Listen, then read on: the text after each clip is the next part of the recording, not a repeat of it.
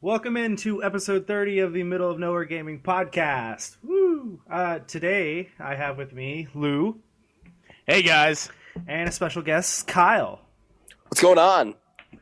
And Brendan will be here, hopefully, eventually. He's out doing something for signing a lease and all that good stuff. So he'll jump in here if he ends up showing up or not.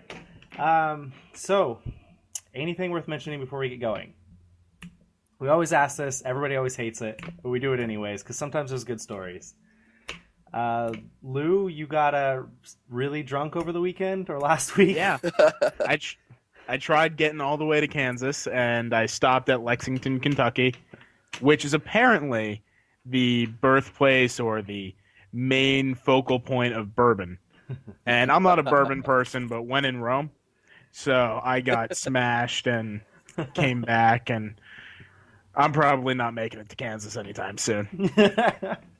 Oh, good times. I'm holding out for a twister. Yeah, Lou, just click your ruby red slippers a couple times and you'll get here. Kyle, do you want to let everybody know who you are and I guess why you're on here? Sure, yeah, big PlayStation fan. Come to find out, I'm actually from Buffalo, New York, but I live here in Kansas now. You know, middle of nowhere, perfect for middle of nowhere gaming. Yeah. Just 20 minutes up the road from Courtney and Brendan. So it's kind of crazy. We kind of met through the Podcast Beyond Facebook page, all that good stuff. And Courtney, it's worth mentioning, I told you yesterday, today's high temperature will be 72 with sunny skies. It is currently 73 degrees, so close enough. But I'm a weatherman, and I still get paid for that. Does it reach a point where you don't get paid, though? Like, if it's like 10 degrees under, they're like, fuck you, and take away your funding. They're still like, going to give you a little chastising a little bit, but no, I still get a paycheck at the end of the week, so it's great. And so he's on the podcast today because last night I was live streaming some Call of Duty drunk, and he happened to hop on the live stream and watch and everything. And then we started talking about the podcast, and I was like, well, why don't you just come on the podcast tomorrow? And so he's our special guest today. Random. Awesome. Thank you for having me, guys. Absolutely.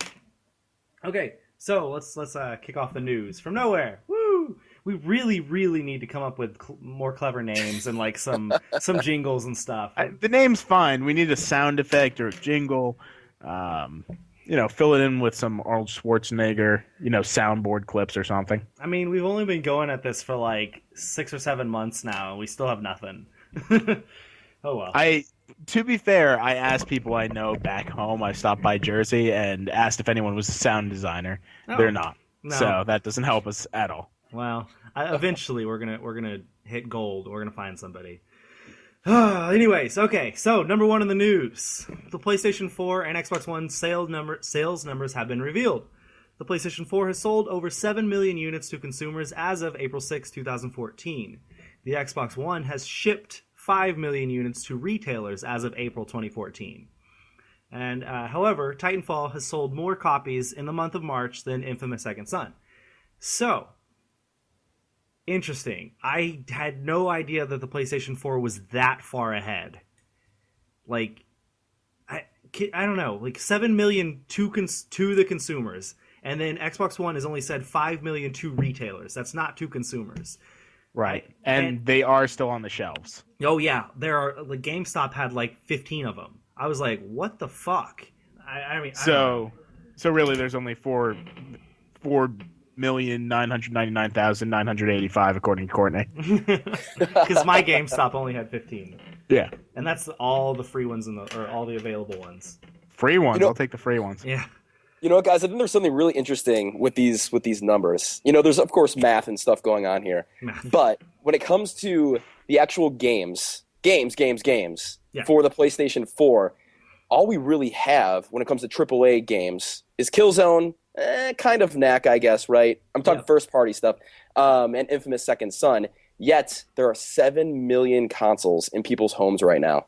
Bravo, Sony! Bravo, Sony! I mean, it's absolutely amazing that they're doing that.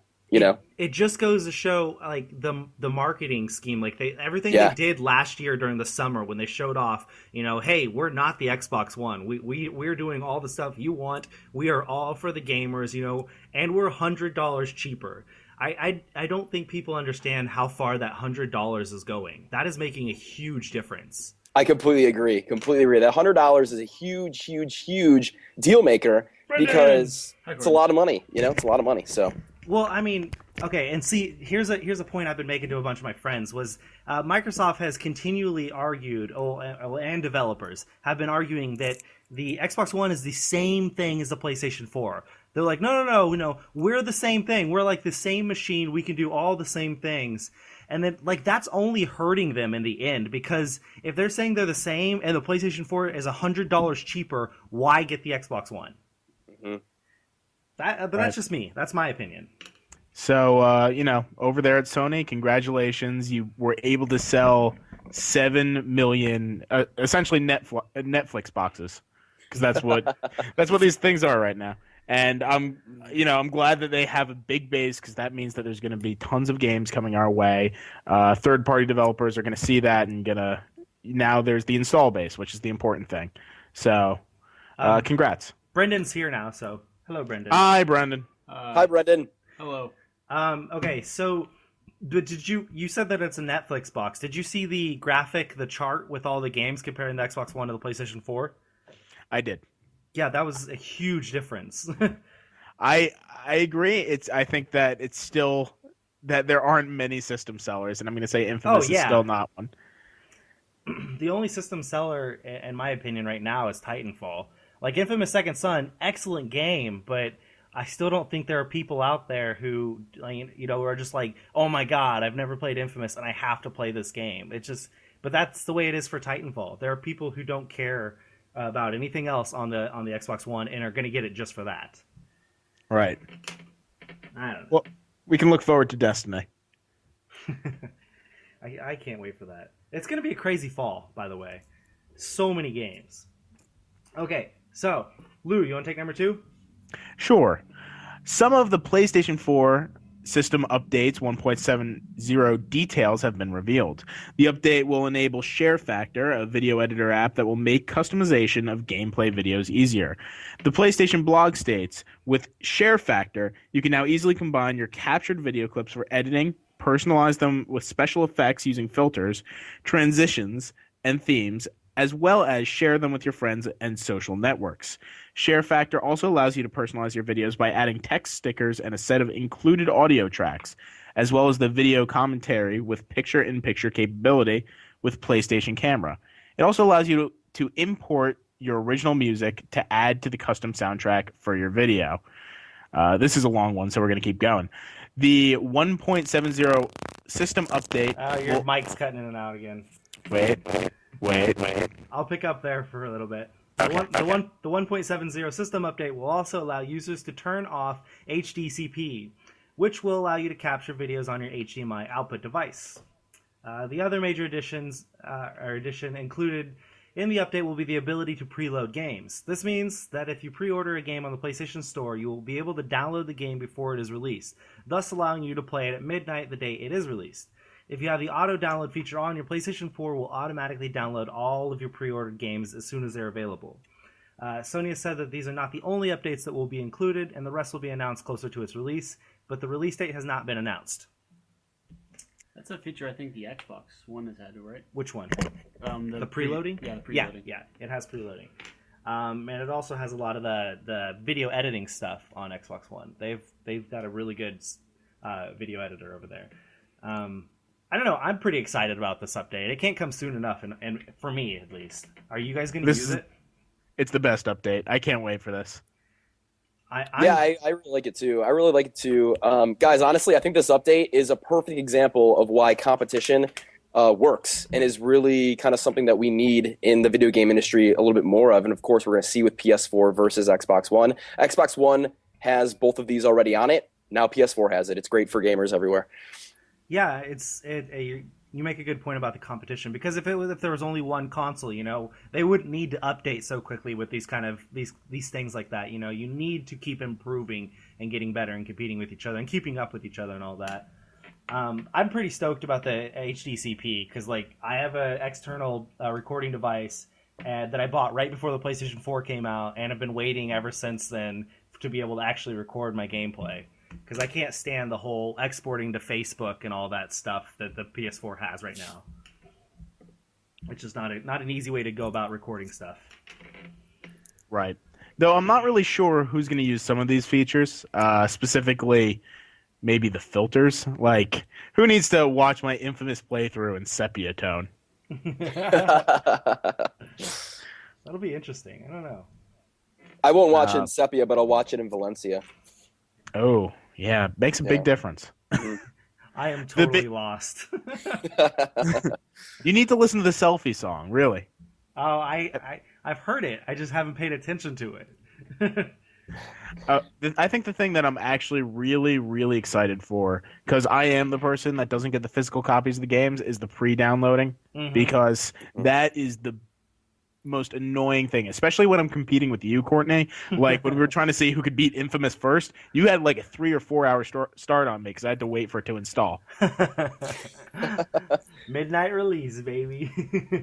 Technically, I should have the head start because I'm an hour earlier. It's no fair. Yeah, and if you had it loaded up, you would have been able to play it while I was still at the store leaving to come home. So, right. Oh well, whatever. All right, Brandon, number 3. The Elder Scrolls Online has been plagued with an item duplicating bug. The bug makes players they have their ability. Are you okay? He's drunk. I've just been rushed through a contract, so I'm a bit scattered. But the bug allows players to duplicate items and make infinite amounts of in-game currency. It involves depositing an item into your guild bank and then gaining the ability to withdraw it in an infinite amount of times. To combat this issue, ZeniMax Online has temporarily shut down the guild bank feature pending a fix for the problem. Okay, have you guys played Oblivion? Oh, is it? Are you talking about that, duplicating? Yeah. Have you played Oblivion, guys? I never played Oblivion, no. I actually haven't. Lou, you said yeah? Very briefly. Did you ever use the duplicating glitch? No, because I don't normally check online. Okay. That could actually, apparently it went out of hand a lot of times because it duplicated too much. Yeah. It would fill an entire town. Oh, yeah. I totally took advantage of this. So this is not the first time this has happened in an Elder Scrolls game. But in Oblivion, there was this crazy trick where you could, you had to have 2 different kinds of arrows. One, with only, 1 or 2 of them, and the other type of arrow had to have, as many as you wanted your item to duplicate, so, say, 75. And so, you would find the most expensive item you'd want, and then you would start to pull back your arrow with the lesser amount of arrows, and then you would go into the pause menu, and then you would try to, equip, and then, equip the item or something like that you wanted to duplicate, and then you would go change the arrows, and then you would go and drop the item you wanted to duplicate, and then you would get out of the menu, and then you would fire the arrow, and as you're firing the arrow, the item that you wanted to duplicate would just spread out all over the screen in front of you, and it would just fall everywhere, and it would slow down the game when it was duplicating it because it wasn't supposed to happen. But then after that would happen, they would be laying everywhere. You could pick them all up, and then normally what you would do is you would do that while you were in a shop. And so, the shop floor would be completely covered in this new item. So, a really expensive piece of armor or whatever. You would pick it all up, and then you would just turn and look at the marketplace person or whatever, and then you would just sell it and just make infinite amount of money. And, oh my god, I used that glitch so many times. So, I could see how this would totally break an MMO when people are getting, infinitely rich and just totally breaking the economy. Kind of like the Minecraft duplication bug, right? I don't follow. Was there a Mine? Is that a thing? It's Minecraft a game? What's happening? People play that? Is that a thing? Are you talking about Legos? You're talking about Legos again? What's 4. this Minecraft? I don't know. You guys have anything to say about that? No. Let's go to number 4. No. All right. Moving on. Number 4. Tales of Hearts R will be coming to the West for the PlayStation Vita this winter. After a strange series of events last week involving GameStop.com listing the game, then taking it down, then Bandai Namco posting a video announcing the game coming west, then taking it down, they have now finally revealed that the PlayStation Vita exclusive will be coming west this winter. I included a synopsis for the game, but I don't feel like reading all that. That's a good idea. It's a typical JRPG. It's going to be good. It's on a Vita, so that's awesome. Everybody should get it whenever it comes out. Are we talking fantasy, steampunk? What are we seeing here? 10-year-old. Every 10-year-old. every Tales game is basically just fantasy. So. All right. I'll take the next one. Oh, bitch. Okay. I know, I'm taking away your favorite game. Bandai Namco, sorry, they switched it around. Bandai Namco has been busy because Tales of Xillia 2 finally has a release date. Bandai Namco has revealed that Tales of Xillia 2 will be released August 22nd in North America on the PlayStation 3. So don't throw out the PlayStation 3 yet. It was also revealed that the game will have a collector's edition available at $129.99, $130, that contains a figure of the protagonist, Ludger Kresnik. Am I saying that right? Probably. I don't know. Sure. An art book, a Rolo, the cat metal case, sure, and a replica of the pocket watch from the game. That sounds cool. The Day 1 edition will receive an exclusive metal case and a soundtrack with the game. What do you think, Courtney? You're the big Tales guy. I'm not going to get the collector's edition just because I don't get collector's editions. I don't have the space to just keep boxes and figurines and stuff around. But I will be getting the Day 1 edition probably, and then trading in the exclusive metal case for a real case just so that I can have the soundtrack, because I can't stand metal cases either. You and your OCD. I am totally OCD. I went out and bought a new fucking game shelf this weekend because I couldn't stand my old game shelf anymore. It was too small. And so now I have one that's big enough to fit all of my games on one shelf. Yet you did not get a console shelf, which is bending right now. I am working on it. Eventually I'll get a console shelf. At least put something to support it. It's not going to break. It's good thick wood. That's what she said. That's bending. It is bending. I don't care. Fuck you. Okay. Number 6. Dragon Age Inquisition also has a release date now. BioWare announced today in an awesome trailer that Dragon Age Inquisition will be released on October 7th, 2014. Not a lot to say about that other than holy shit, that trailer looked fucking awesome. Okay. Yeah. Are you guys excited for Dragon Age? You guys play Dragon Age? Or have you? I played a bit of 1 and Origins. And it took a lot of time out of my life, so I don't know if I'm going to go back anytime soon, but I'll probably buy it and keep it on the shelf and good for a rainy 3 weeks. Rainy 3 weeks. Okay. Lou, it's funny you say that. It's actually the exact reason I never got into any of the Dragon Age games. That's why I don't play other games kind of in that genre too, all the time. Kind of Skyrim, yeah. What was the one that just came out? What the heck is it called? Dark Souls? Dark Souls 2, yeah, Dark Souls 2. Games like that, only because it just will eat so much time. It's a big, big time sink, and I don't know. I've never played the game, so I don't know. I don't know if I'd pick it up and get into it. Not sure. I don't know. I would watch the trailer because I think that just based off the trailer, you'd be interested. It's fucking awesome. It looks cool. I've seen some stuff on it. It looks really awesome. But I totally know what you mean about the time sync thing because I'm our resident JRPG guy, and I've literally been playing Final Fantasy and Tales since January. That's crazy. Final Fantasy 13, Lightning Returns, Tales of Symphonia, then Final Fantasy 10. I have not been able to beat them all yet. So long. Oh my god. Anyways, so Brendan, number 7. Number 7, Ubisoft revealed. Is it Ubisoft or Ubisoft? It's Ubisoft. Ubisoft. Okay. Ubisoft revealed that the Assassin's Creed series has sold over 73 million copies.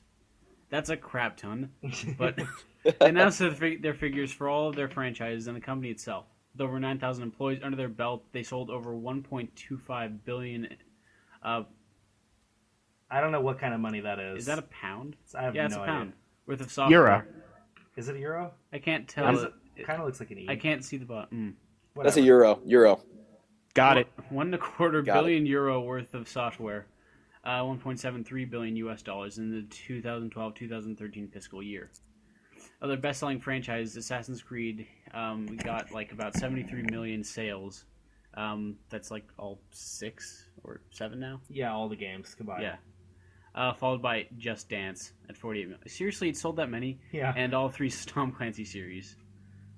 Well, anyways, I don't sound too excited when you're reading the news, Brendan. I mean, Shut up. man, you are just so full of enthusiasm right But now. I actually am. That's awesome. It is awesome. That is a shitload of copies. They deserve every single one of those sales. So Ubisoft with their Assassin's Creed sales have sold half of Grand Theft Auto 5 or half of every Call of Duty game. Jesus.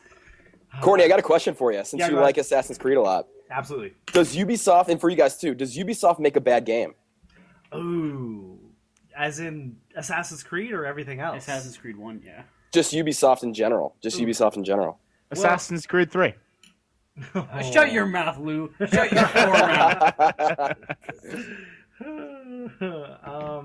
Yeah, I don't know. I didn't like Assassin's Creed 1, but it was just because it was Yeah. too repetitive. But I mean, I haven't played Just Dance. I'm not a dancer, and I also don't play the Tom Clancy games, so I wouldn't really know about those. Yeah. So, and I can't really think of all the other ones. I know there are several other games that I've played from them. But Let's put it this way: from Assassin's Creed to Far Cry to Rayman to even South Park, they've got some awesome consistency. Let's put it that way. Yeah, Ubisoft Child is of Light. they're a hell of a company. Yeah. They do a great job. So, all those games you mentioned are great games. I know they are. So, Yep. yeah, they're pretty good. They're about like Naughty Dog. Yeah. I've been very impressed with them since I forget when it was, maybe 2 or 3 years ago, when they did the big E3 press conference where they showed Watch Dogs and everyone was like, Ubisoft was absolutely the winner of E3 and screw all the rest of the big 3. I think they've been knocking out the hits and they just know how to make games. Well, and then the Division last year at E3, I was blown away by that trailer. I was like, holy shit, that looks cool. So I'm pretty stoked for that. You guys were blown away by the Division. I was just blown away by Aisha Tyler's shirt, #Girlwood. I forgot about that. That's good. Oh, jeez. Okay. Lou. Sure. Sure. Sony, number 8. Sony and Microsoft have both filed new trademarks. Sony filed Entwined, and I think I have to scream this one. That's what I was thinking. Kill Strain! Kill Strain! Microsoft, however, filed for Eden Falls and Scream Ride. I really hope Scream Ride is like a roller coaster tycoon. That's what it screams. It's like a mix between that and Slender Man. I was almost thinking that it's like a Transformers thing or something. I don't know. Starscream. Yeah, Ride. I was Starscream. That's what I was thinking. All right, so if we're gonna guess, which of these 4 titles, if they come to pass, will have the best rating? Ooh. Ooh. Just based on I'm the gonna- name. Yeah, I'm gonna remember this. I'm actually gonna think Kill Strain's gonna do probably a bit better than Eden. You mean Falls. Kill Strain? Yeah, That? Kill Strain sounds like a pretty interesting game, actually. Yeah. By the title, of course. For some reason, I want to say Eden Falls. That name stands out more than the rest of them to me. Yeah, I think you need some balls to name your game Eden Falls. I think you need like a solid game behind that because people aren't gonna buy. What if it's actually gonna be like a game version of the Torah? That's hilarious. Yet another reference I don't get. I'm so bad at this. Honestly, guys, I think for me, it's going to be Entwined, only because I've got a very sneaky suspicion Entwined is Media Molecule's new game. Ooh. It's kind of that title that screams Media Molecule. Yeah, you know? it kind of does. Tearaway, kind of Entwined kind of thing. Prediction time. If Entwined and Killstrain are first-party titles, what studios are they from? Would you guys think? I would say Kill Strain is Housemarque if we're including Housemarque as Ooh, first. I like that. I didn't even think about that. I like that. I like that a lot. Yeah, it could be. For some reason, I wanted to say it was like a a Killzone thing or something. I don't know. Yeah, I've been hearing a lot of people say Gorilla, but my prediction for Killstrain, again, if it is a first-party game, is Sony Bend. Ooh, that's a good one. Because they're obviously the studio that did Siphon Filter, Yeah. a shooter. I don't know. Again, and we have no idea, but they've been like not talking about anything either. Yeah, So like yeah. we have no idea what Bend is doing. Yep, That's interesting. interesting. I don't know. Yeah. Those are good bets. And does Microsoft even have any first parties anymore? What does that even mean to Microsoft? Yeah, I was kind of thinking that. Okay, so did everybody place their bets on which one's going to be the best selling? Brendan, did you say? I said Killstrain. You said Killstrain? Okay, and I said Eden Falls, and Lou said Eden Falls. Eden Falls. That's entwined. You said Entwined. Okay, so everything except for Scream Ride got shafted. and it's gonna like totally like quadruple sell everything. The best game ever. We're gonna find out that it's Call of Duty, Scream Ride, and it's their Microsoft exclusive. It's their way of getting back at Respawn for Titanfall. Yep. It's a crossover like horror game with Call of Duty. Oh, okay. The last news, number 9. After a sudden PSN maintenance on Monday, now all PlayStation 1 classics and PSP games are fully compatible with the PlayStation Vita. One of our writers tested this out last night, and it definitely works with Crash Bandicoot. I've seen reports everywhere saying Spyro's working, and the Joan of Arc game, and a bunch of other PSP games and stuff. So that's really cool. I actually didn't know that they weren't all available on Vita right now anyways. So this was like kind of surprising to me. I was like, oh, huh. But now that it is available, that's just even cooler. It just means more games on the Vita. That's all it means. Right. I'm excited. I didn't know it was an issue either until I went to start play all of Metal Gear Solid, and apparently you couldn't download the PS1 games onto the Vita. Yeah, so I was sitting there with my PSP Go, like kind of crying in bed because that really hurts. Now I can play all the rest of the games, even though I have the HD collection, so it doesn't matter either way. I want to play Crash Bandicoot like really bad, and I think it would be perfect on the Vita. So I'm thinking I'm gonna get that. I should have got it when it was freaking 99 cents this weekend. I'm really like kicking myself in the balls for that one. Which one? What do you mean, which one? Crash Bandicoot? Oh, all of them. I would have got all of them. Good. I'm a huge Crash fan. I probably would have got Spyro too. All of the Naughty Dog ones. Let's restrict it to that. Yeah. I'll go ahead and say that. Yeah. Okay. Well. That leads to a great transition. Oh, it does. Our topic of the week. Yeah. We're just gonna talk about Naughty Dog and what's been going on over at Naughty Dog. The reason I had the idea to do this was actually Kyle last night. We were talking about Naughty Dog and their troubles lately and stuff. And so Kyle, you want to lead us in with what you were talking about last night with me? Yeah, sure. I know we were kind of talking, Courtney. A lot of people seem to chalk all of this up to, well, it was the end of the fiscal year, maybe some bad blood here and there, games industry stuff. With all the recent happenings, including the most recent news, which is Todd Stashwick, who, by the way, was the voice actor who's the only voice and the only thing we ever have known or seen so far of Uncharted 4, or Uncharted PS4.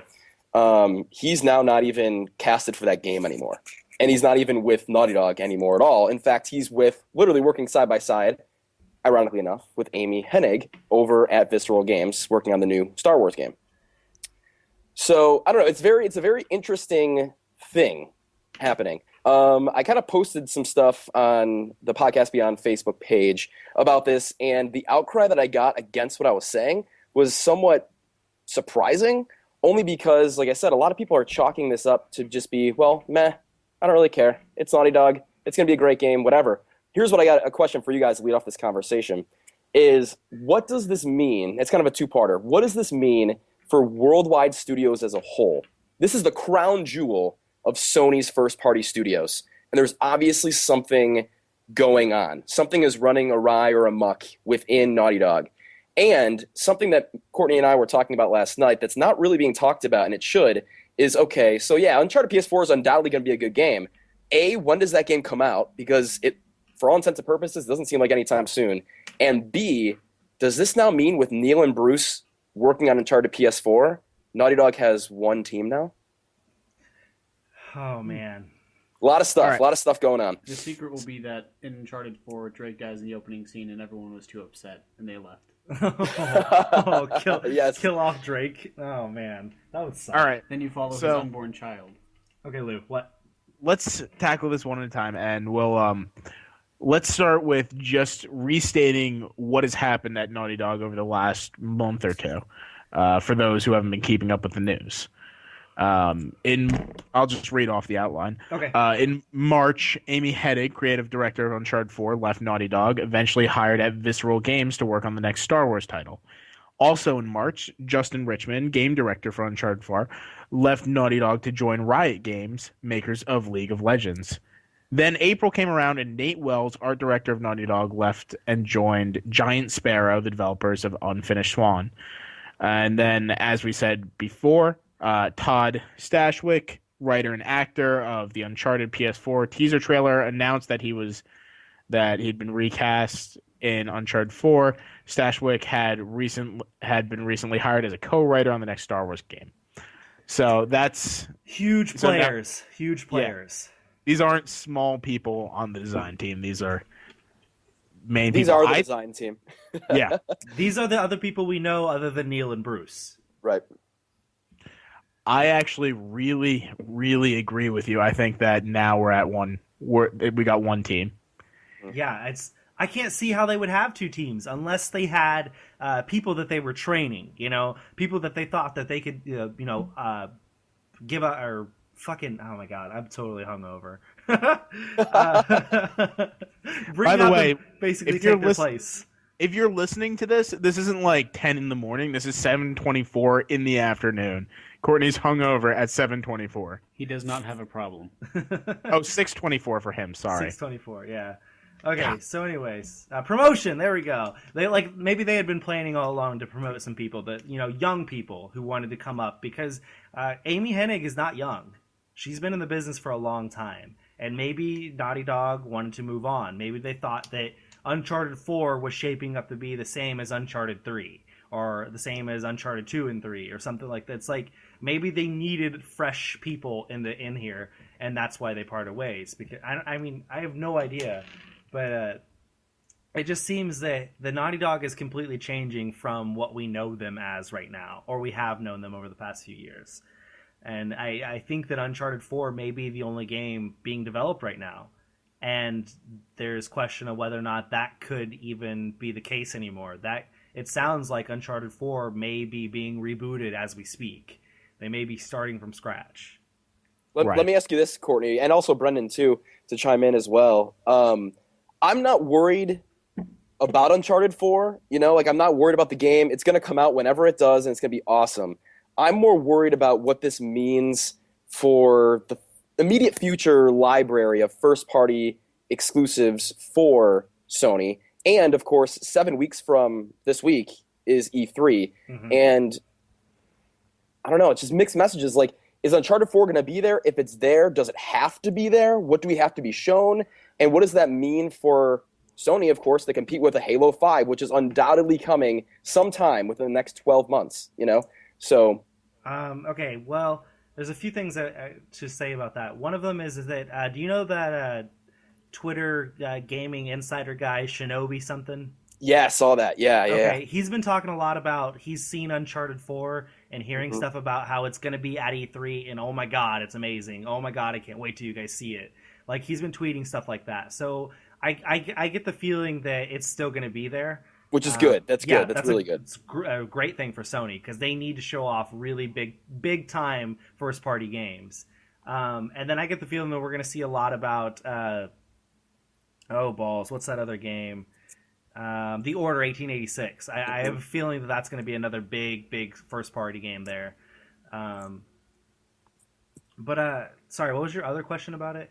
What does this mean for Sony moving forward? I mean, the very first thing we talked about on this podcast was, okay, we have 7 million units sold when it comes to PS4s, and really no games, big AAA games are out. Now, of course, I love all the indies, and I know you guys do too. But when it comes to longevity of this isn't a sprint, it's a marathon, you know? Yeah. And Sony at some point in time is going to have legitimate AAA games to make the general public excited, if you will. I totally agree. But the same thing could be said for Microsoft. Other Right, than Titanfall. Titanfall is absolutely that first party game for them right now. Or not first party, but exclusive game for them. And so Halo's going to be announced, but is it really going to be this year? Like, who knows? Who has any idea? We'll find out, obviously, at E3 whether or not it's going to be. But I'm sure Sony has some things hidden up their sleeves right now. Some things that we have no idea about that are going to blow us away. You know, we're going to hear about Media Molecule's next big thing. We're going to hear about Sony Ben's next big thing. We're going to hear about whatever is going on with Uncharted. There's going to be all kinds of big games that are going to be announced that are going to surprise us and blow us away because, what was it, earlier in the year, Shuhei and a couple of other big guys at PlayStation were tweeting about, oh my god, I can't wait till E3. Oh my god, we have some big things planned. I can't wait to show you guys what we're going to have. So I'm not worried about Sony. Not worried about them at all. Like, they have the mojo right now. They've come out swinging and they have not stopped yet. So I don't know. I'm not worried.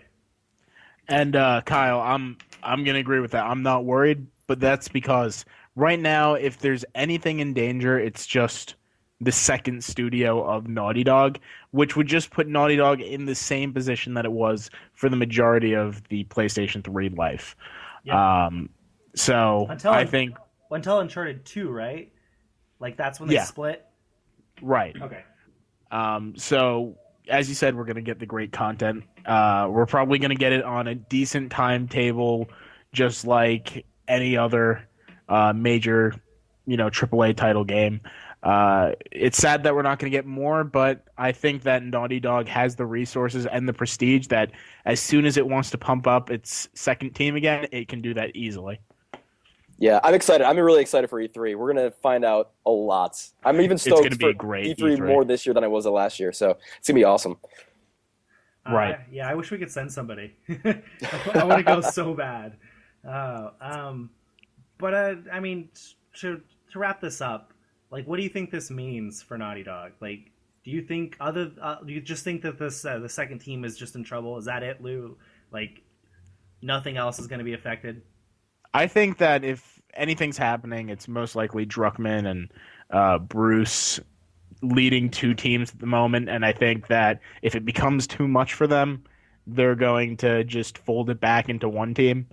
But I think that's the only real thing that's happening. I don't think that by any means Naughty Dog's going to be closing down anytime soon. Well, I mean, and Neil's also working on the Last of Us movie. And so, like, they're all over the place right now. I have no idea how these guys do this kind of stuff. Well, I guess I do a shitload of stuff too.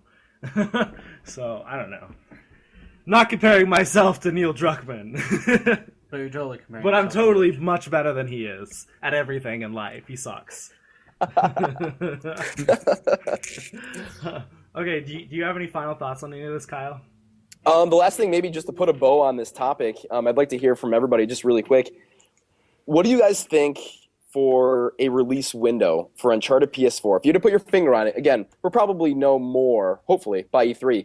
But I'll put it this way. Colin Moriarty, the infamous Pride of Long Island, Lou, he said at the very earliest, and this kind of blew me away, he said by the very earliest, late 2015. And I was like, well, that's really weird. But now with all of this news coming out in the past couple weeks, I think that he might be onto something with that. Would you guys agree with that? Maybe late next year, like a full 18 months from now? Yeah, at the very earliest? All along, I've been saying fall 2015 because Gotcha. The first time we saw Uncharted 4 or Uncharted PS4, all it was like a map. That was somebody talking over it. Like, they had nothing to show us. And so it's just, it does not surprise me at all if they're still a long ways out. Especially if maybe their second team had been kind of being shut down or whatever. Because the way I understand it is they completely shut down their second team and moved them all over to finish The Last of Us. And so if they were working on The Last of Us and finishing that up, then that means that the development couldn't have even really got started until last July. And then so by the time we got the reveal was in December, I believe, and so they couldn't have been that far along. Mm-hmm. So yeah, I think it'll be next fall, in my opinion. Mm-hmm. I don't know. What about you guys? Well, I think it's definitely going to be within 20 months, just because... 20 months? I was going to say 18, but you already said 18. Oh. So 20... Because that's, a really big time for games, at least in the... The fall? Yeah. I was going to say first semester, but that doesn't work for the gaming industry. Yeah. So, they don't work in semesters. Yeah, it's a pretty big time. Plus, it's been, quite a while since the last Uncharted game, so... Yeah. No, it has been. And it will be even longer by the time that comes out. Lou? I think that when E3 comes around, we're gonna see an Uncharted 4 trailer, and it's gonna say 2015 on it, and they're just gonna leave it at that, and they're gonna work with it however they can. But there's gonna be a website from the Netherlands that has a robot that says 2015 on it. Do you guys remember when the original Uncharted's were released? Like what time of year? Oh gosh, I can't remember. Uncharted 2 was definitely October or November, I think. I don't know about the original Uncharted though. Because I was gonna say that maybe they have some kind of a pattern they follow. But then The Last of Us came out in June, so yeah. But it was also delayed. So all right, Uncharted, the original was out November 16th, 2007. Okay. Uncharted 2 came out October 13, 2009. Uncharted 3 came out November, so October, November. Okay. Yeah, that's what it figured to be around the fall. So, interesting. All right, I have a question for us. Oh, your mic's cutting in and out again. Fucking robot. Okay. How do I sound? Even worse. You're even getting worse. better. You're getting better. Don't listen to Brendan. He's dumb. Don't hit me. Well, when I can't understand what he's saying. Well, if you paid attention instead of talking over him, it was getting better. Bitch. You're gonna hit me. Okay, Lou, hit us up with your question. Okay, how does it sound now? You're great. You're great. We're good? Yep. Okay. You think I'm great? No, Thank you. I wouldn't go that far. Okay. So, 2 days ago, Yeah. we had Easter for all of you practicing Christians and Catholics. My question, somewhat related, is what is your favorite Easter egg in any video game? Oh man. Wow. The Tower of Pimps in Minecraft. The Tower of Pimps in Minecraft? Yeah, Achievement What is Hunter, that? Achievement Hunter, like when they were doing a Let's Play in Minecraft, one of their people got drunk, took all the gold they found in chest and made 4 blocks high of a gold thing, and they called that Tower of Pimps, and it's been through the series like for about 100 episodes. And then in the recent update in the Minecraft tutorial world, it was found like they actually put a Tower of Pimps in the tutorial world in a desert temple. Really? Yeah. Huh. I honestly can't think of any Easter eggs for some reason. Like the only one I can remember would be Infamous Second Son. Like all the previous Sucker Punch games. Yeah, I was gonna say they had a ton of them in that. That's the only one I can think of, though. Okay. Well, I don't know. This isn't really so much of an Easter egg, but in The Last of Us, all the newspaper clippings and stuff talking about the cordyceps virus and stuff. Like I found that fascinating. I know that the virus started from that and all that, but because I was actually paying attention to the cordyceps virus when it was happening in the real world, that was really cool to see the parallels between those. Right. Okay. If I had to pick, I got one more. Sorry. Can Go. I? The guitar scene in BioShock Infinite. That's Okay. definitely an awesome one. Ooh, that's good. That's good. just because I found this room once and I was really confused about it as a kid because this was way back. I'm talking about the Legend of Zelda: Link to the Past Easter egg, which is the legend of Chris Houlihan. Yes, yes. Have you heard of that, Courtney? No, I have no idea. Nintendo Power held a competition, and the readers could get their name in an upcoming video game, and they didn't necessarily say what or how it was going to be, but how it worked was if you how exactly did you get it? I think it was speed running with the Pegasus boots through the forest and to Hyrule Castle. If you managed to do that, you got into the secret room where there was a small plaque on the wall that said, "My name is Chris Houlihan. This is my top secret room. Keep it between us, okay?" Like it was just something weird and something I found at the time, and I thought it didn't make sense until it was explained in like a Podcast Beyond or a Nintendo voice chat like 2 months ago. Wow. That's exactly where I heard it too, Lou. I did not know at the time. I was so young. Like, I had no idea, but I heard that same conversation you did. That's crazy. So yeah, it would have to be either that or I think, Kyle, you mentioned you were a fan of Pokemon or used to be a fan of Pokemon. Used to be, yeah. I don't know if you'd consider it an Easter egg, but the Missing No and Mew glitch in the original Oh, Pokemon sure. Red, Yeah. Blue. Oh, yeah. Uh-huh.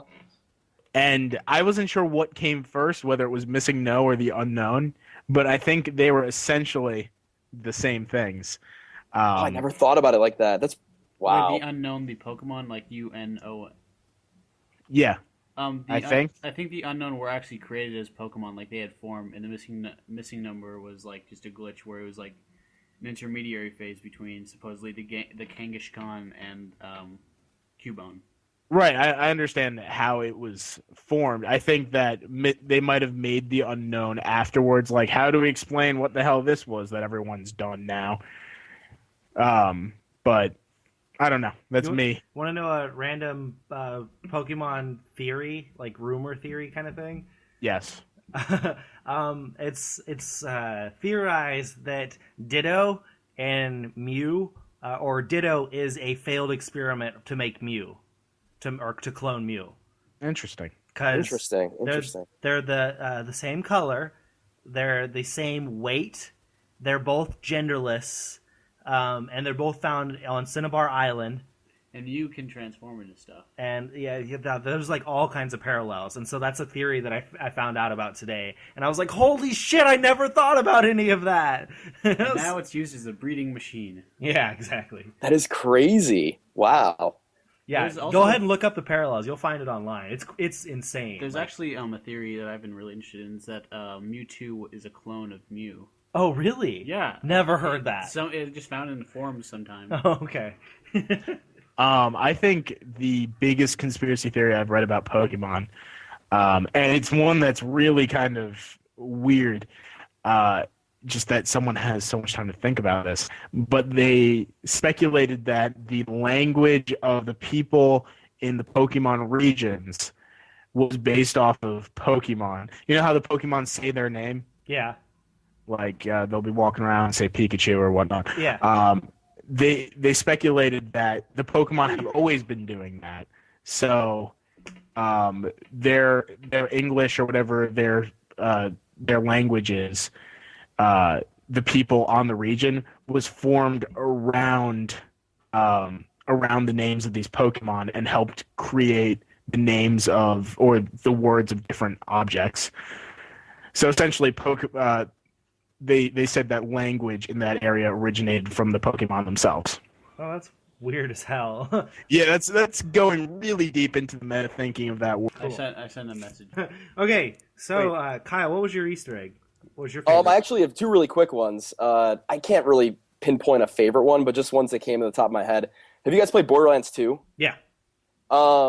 It's kind of a serious one, but some huge Borderlands fan died of like a terminal illness, and they put him in the game in Sanctuary. His name was Michael Mamaril, and he'd give you like a really rare weapon every day, and I think there's a trophy tied to it too if you met him. You guys do that? No, I didn't. I didn't even know that exists. Yeah. Oh, it's so cool. It's so cool. If you ever jump back into the game, try to find a vault hunter named Michael Mamaril, and he's in random places in Sanctuary, and he'll give you a rare weapon every single time you talk to him. And it's this tribute that 2K and Gearbox did for like a huge Borderlands fan that died of a terminal illness. So Pretty cool. That is really cool. Yeah, and the second one was Far Cry 3, and McLovin from Superbad. His head is in the sand of like this really remote part of the island, and you get a trophy for going up to it too. That was the star of the sand. Yeah. He was also in like the live action. He was in exactly. Far Cry, Yep. yeah. Oh, really? So random, but so funny. It's awesome. That is cool. Oh, I actually have one more. Okay. Speaking of Ubisoft games and Assassin's Creed earlier, I laughed out loud in Assassin's Creed 2 when you go and meet your family and cousin or Uncle Mario comes up. It's me, Mario! I'm like, oh my god. That was hands down the best point in the game, I think. Yeah, that's what won me over. I was like, this is the best game I've ever played. It's like, there's no way this can be a bad game from this point on. Okay, so let's move on to the actual listener questions. I think only one of them we can actually answer. From Noah on Facebook, he asked, if you've played The Last of Us on PS3, should you buy and replay it over again on PlayStation 4? Will it be worth it? Kyle and I were actually talking about this last night. Buy it. Do it. Get absolutely. Don't do it. Don't do it. I am Support totally in the camp of buy it and replay it and experience it again because it's all awesome again. Because like I've been known to say over and over and over, I'm never going to be able to experience The Last of Us for the first time again, and that's kind of that hurts. That sucks to never be able to experience that for the first time again. But playing it on PS4 will kind of be like that because I will be getting the trophies all over again. You know, it'll be prettier looking and all that stuff. So it's as close to the first time again as I can get. So You trophy whore. Can't ever be your first time again. You can't go back on that shit. I don't know. So I take it you're not going to get it, Lou? No, I think we've had this conversation. You're not going to support Naughty Dog in their time of need? Yeah. You jerk. I see what you did there. Yeah, it's just I can't see myself spending $60 for an up-res version of Last of Us. It was a great game, and that's why I keep my PlayStation 3 copy of it. And if I want to go back, I could go back at any time. If they add some killer features, like something new that I definitely want to try out, maybe I will. Maybe I'll double dip. But, the only reason I bought Tomb Raider on the PS4 was I didn't get it on the PS3. I can't see myself spending a full games, especially when is that coming out? Did they say? It's rumored that it's going to be June 20th. Yeah, I'm gonna have to be saving up for Watch Dogs and for Super Smash Bros. On the 3DS, and eventually for Destiny. So I got money close to me. Your connection's getting really bad. So. All right, I'll wait. What about Kyle? Are you gonna rebuy it? I'm going to rebuy it. It's funny. I was talking to my friends, when this news kind of somewhat broke a couple weeks ago, and I'm like, I'm not buying it. I still have yet to get the Platinum for PlayStation 3. Still got to play on Survivor Plus and do a couple more cleanup stuff. So I'm not going to get it. And then, like, last week, I saw it. I see the graphic, like the image, and all of a sudden, I think the box art leaked too. And Yeah. I'm like, this is happening. Yeah. This is totally happening. I'm going to get it. This is awesome. Can't wait. See, that was the case with me too, because it was a few months ago when the rumor came out and said that, it's going to be coming to PlayStation 4. And I was just like, nah, I can't see myself spending another $60 on this. And then, like, when the news actually broke, from that point on, there was, like, no going back. I was like, I am totally fucking getting this. I can't wait. So I don't know. I don't know what came over me. But So what you're saying is I'm still in the first steps of denial. Yeah, you're probably still in the first step. I'll switch over eventually. It'll happen. Probably on June 20th. It's available now. It's like, what? I'm in the line for this? Why? No, knowing Lou is he's gonna get it digitally. So Yes. Okay. Digital line. So digital line. The next question, I don't think we can really answer, but it's from Mark. We might as well read it. He said, exactly how does PlayStation Now work? Does all your existing PSN titles transfer over, or do you have to pay for them again, even though it's through the PlayStation Store? from what I understand, PlayStation Now has nothing to do with your existing PSN titles. PlayStation Now is simply a rental service for PSN titles that they have on the service. So you're not transferring any of your PSN titles over anywhere. But that's just the way I understand it.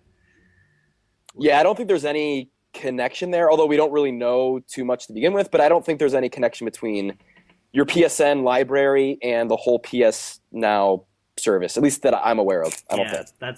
That's where I sit. So, yeah. Yeah. So that's basically all we can say about that. Yeah, and I have a question. Remember, I was going to say I have a question for you guys. Can be as quick as you guys want it to be. Are you playing more PlayStation 4 or PlayStation 3 right now, or in the past month, or whatever? What are you playing more of?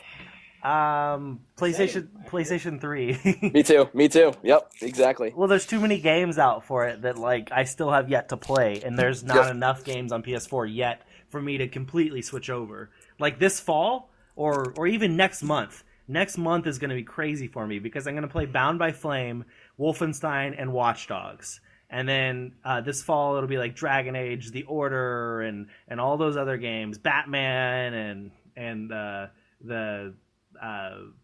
Lord of the Rings game, and there's so many games that this fall I'm going to be playing on PS4 and the next month. But anytime between that, I'm basically going to be on PS3 the entire time. Yep, same here. I will abstain. Yeah, Brendan's our Xbox user who doesn't even play Xbox. I try to, but You just replay the games you already have. yeah, Because you're a broke college kid. That's totally acceptable. I get that. Which you still didn't bring back Fable Anniversary. I need to talk to you about that. Oh, did you break it? No, my roommate might have taken it. Oh, man. Okay. Well, anyways. Moving on. I'm pretty sure we all agreed, right? Just PS3 more right now? Oh, I didn't say PS3 anything. more. There's a lot more stuff. Yeah. I've been Oh yeah, quiet. Lou. Yeah. This is a tough one. I'm probably evenly split. I've just been looking for things to play on the PS4. Like, I don't necessarily have anything to play, but I'll be like, oh, let me try Warframe. Let me try Blacklight. Like, stuff that I generally wouldn't ever play, but I'm just itching to do something. On the other hand, on the PlayStation 3, I've been doing my Metal Gear Solid kick, and I've been playing Wolf Among Us, which finally got good. Yeah, it did. By the way, review's coming up soon, so if you want to know if you should play it yet. Oh man, your mic's totally bad again. Fucking robot. Okay. Try talking. Can you hear me? You're getting better, yeah. Testing. Okay, continue what you're saying. All right. So yeah, evenly split between some really hardcore games on the PS3 and so me really wanting to play PS4 games / Infamous Paper Trail. Ah, fair enough. Mm-hmm. Okay, so let's wrap everything up. So game releases this week. There is nothing out on PlayStation 3, at least it's not significant enough to say. On PS4, Octodad Dadliest Catch.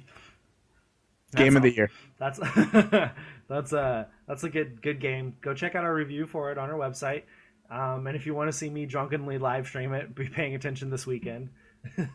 On PlayStation Vita, Demon Gaze.